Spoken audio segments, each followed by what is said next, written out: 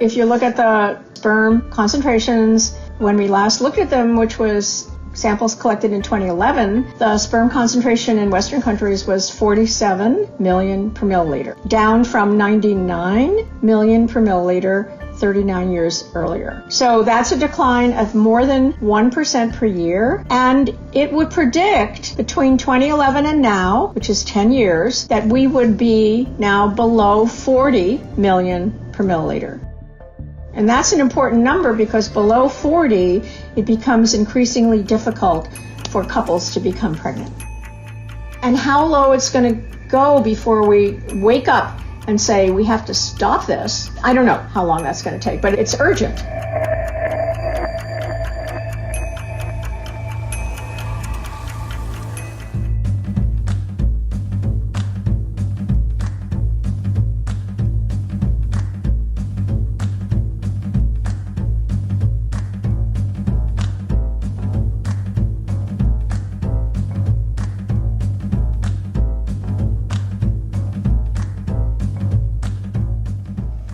However, then there's a whole other class of things which are not so easy to control, and those are the chemicals in our environment that come in the products that we bring into our home.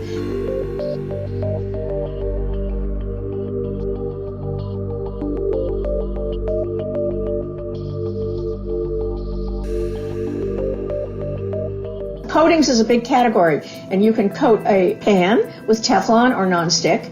You can coat a jacket with water repellent. You can coat a paper to keep oil from passing through it, say in a pizza box. So coatings are a real concern because they contain one class of chemicals, the PFOAs. Then another big class, and the one that I've studied a lot, is the chemicals that make plastic soft, and those are the phthalates.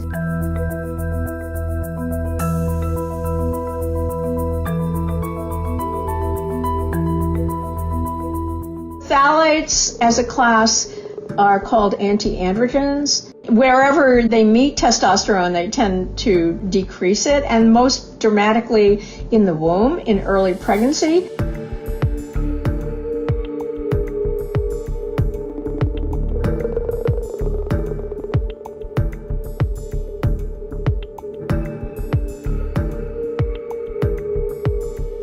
One particular way that we see that is the size of the genital area, which is called the anogenital distance. Then, when the boy grows up, he will have, we've shown, a lower sperm count. Besides having an impact on sperm count, it can increase the risk of genital defects, undescended testicles, for example, and later it actually can increase the risk of testicular cancer.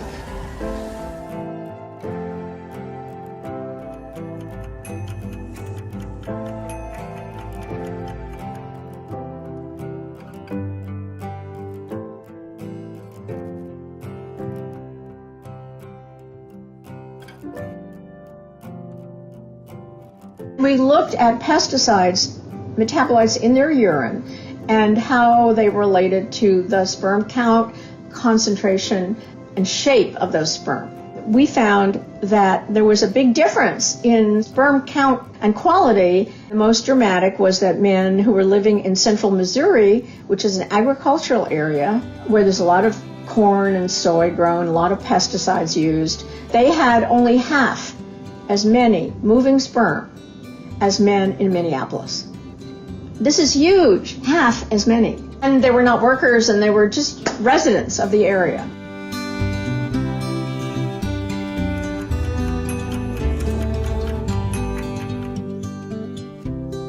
Low sperm count is related to all kinds of morbidities, including heart disease, diabetes, reproductive cancers, and ultimately length of life.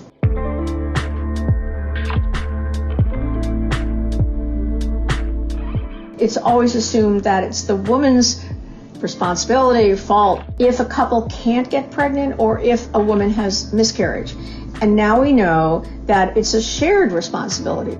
And getting the quality of the eggs is much more difficult than for a man to count his sperm or get the quality of his sperm.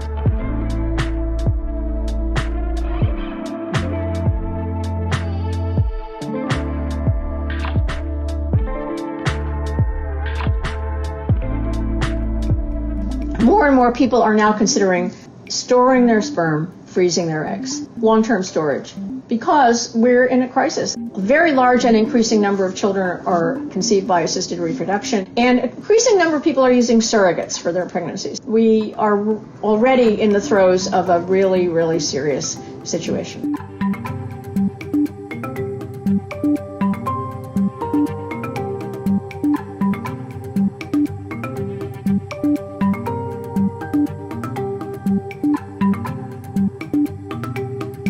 He could think about lowering his exposures by changing his shopping habits. He could maybe lose weight if he's overweight. He could stop smoking if that's a problem. He could stop binge drinking if he does that. So it's much, much harder to get the chemicals out of our bodies. The good news is that many of them are short-lived chemicals, that is, non-persistent. They leave our body with a half-life of 4 hours, 6 hours, so very quickly. So if we could be aware of what's coming in and stop it, then pretty soon we can clean that up.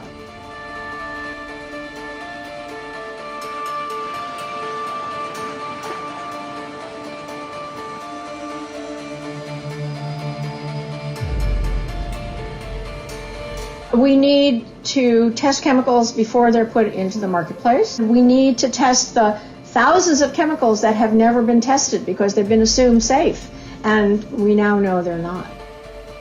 There's no question that environmental factors affect reproductive function. We're in a crisis, a really, really serious situation.